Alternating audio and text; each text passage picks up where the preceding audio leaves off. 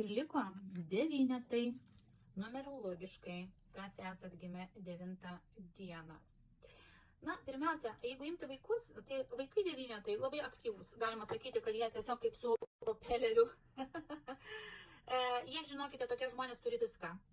Kadangi tai yra brandi energija devynetas, jie nuo kiekvieno skaitmens turi po 10%. 10 nuo vieneto, 10 nuo dvejeto, 10 nuo trejeto ir taip toliau. Taigi, vaikai tokie su didžiuliu energijos kiekiu siaučia, viską laužo. Todėl labai rekomenduotina tokius vaikus parinkti kažkur į sporto būrelius.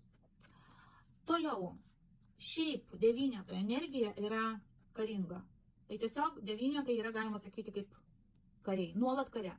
Taip pat jie gali būti paranoikai, užsiciklina ir prifantazuoja iš vis ko nėra. Jie labai tinkami yra ginti, padėti, apsaugoti, padėti kitiems žmonėms. O patiems reikia jiems gyventi labai griežtoj disciplinoj. Beje, devynetai patys geriausi magai, nes jie jau užprogramuoti, kad jie labai gerai mato į ateitį. Bet iš dabartinės situacijos jie iškart pamato rezultatą. Tai duota devynetui. Devynetas negali būti laimingas gyvendamas savo. Gyvendamas dėl savęs. Todėl devynetai labai tinkami būti, pavyzdžiui, vienuoliais, ekstremaliam sporte, ten, kur gelbėjimo visos tarnybos jie gali dirbti, ten gaisrininkai, specbūriai ir panašiai, gydytojai, ten lekinti su medicininė greitąja pagalba ir taip toliau. Va čia devynetams labai tinka. Beje, SOS devynetai, kiti metai jums. Tai naujas ciklas prasideda. Atsisakykit visko, kas sena, nebeprisiriškit prie senų energijų. Tai jums papildomas patarimas. Kasgi dar?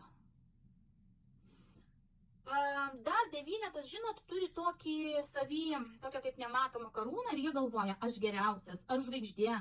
Visi kiti netokie protingi, netokie šaunus kaip aš. Tai va devynetai tokie.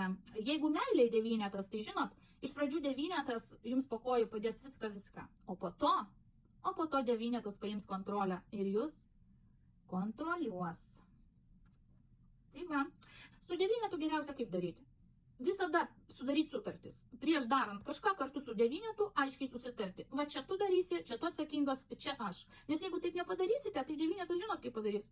Po visko jis pasakys, kad jūs buvot nesąžiningas, kažkur juo pasinaudojate, kažkaip netaip jam padėkojate, kažką nesąžiningai su juo padarėte ir pats esat kaltas.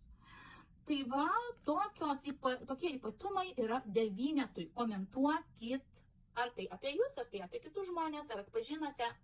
Sėkmės.